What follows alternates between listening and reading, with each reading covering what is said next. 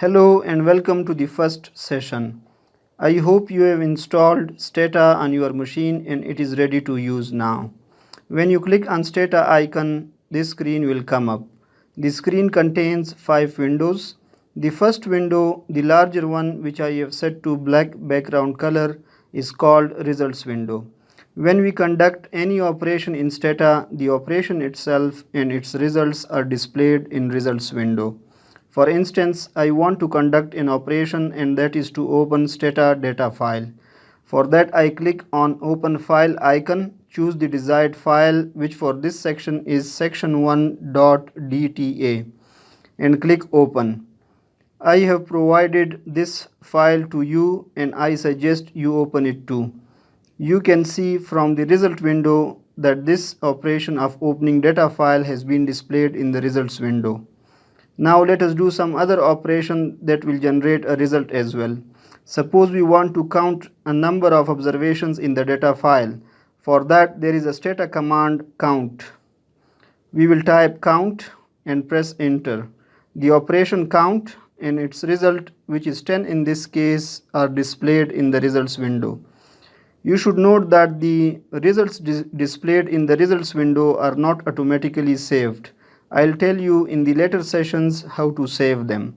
The next window located at the very left of your screen is review window.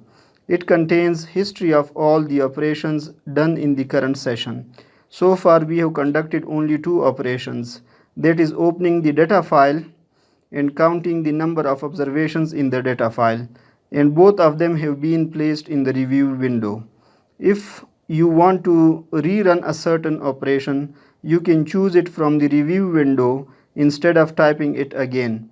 Suppose we want to count again for some reason, simply click on count from the review window and press enter. The result has been reproduced in the results window.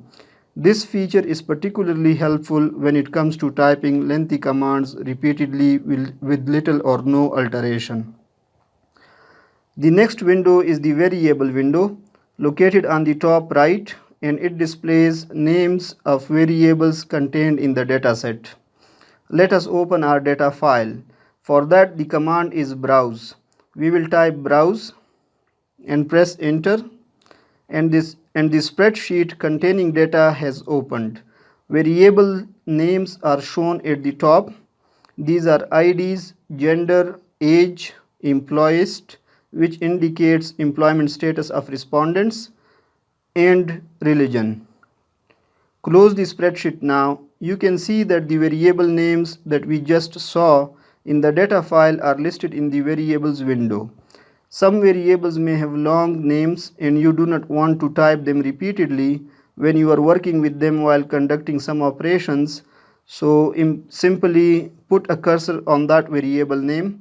A little arrow will appear on the left of the variable name and click it. The variable name will be automatically shifted to the command window.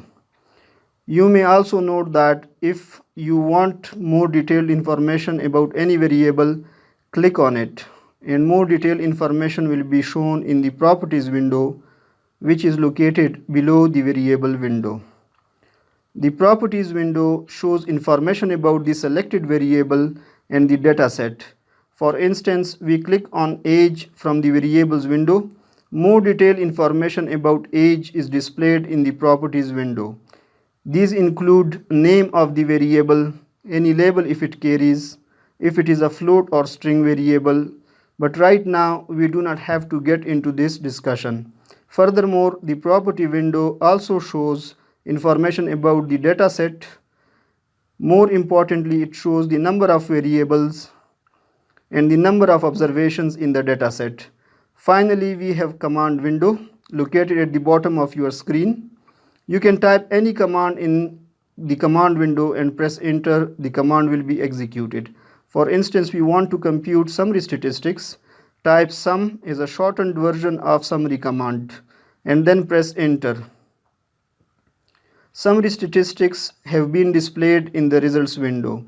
Right now, do not worry yourself about all these statistics. I assume that you do not know much about them. I promise I'll explain them in much more detail in the data analysis section of this course. Since our purpose right now is to get ourselves familiar with the multiple windows of Stata, so for right now we will stick to that.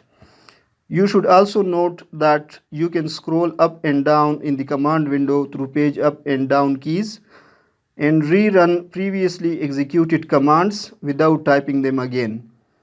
I hope you have gained some familiarity at this point with the basic structure of Stata. See you in the next session.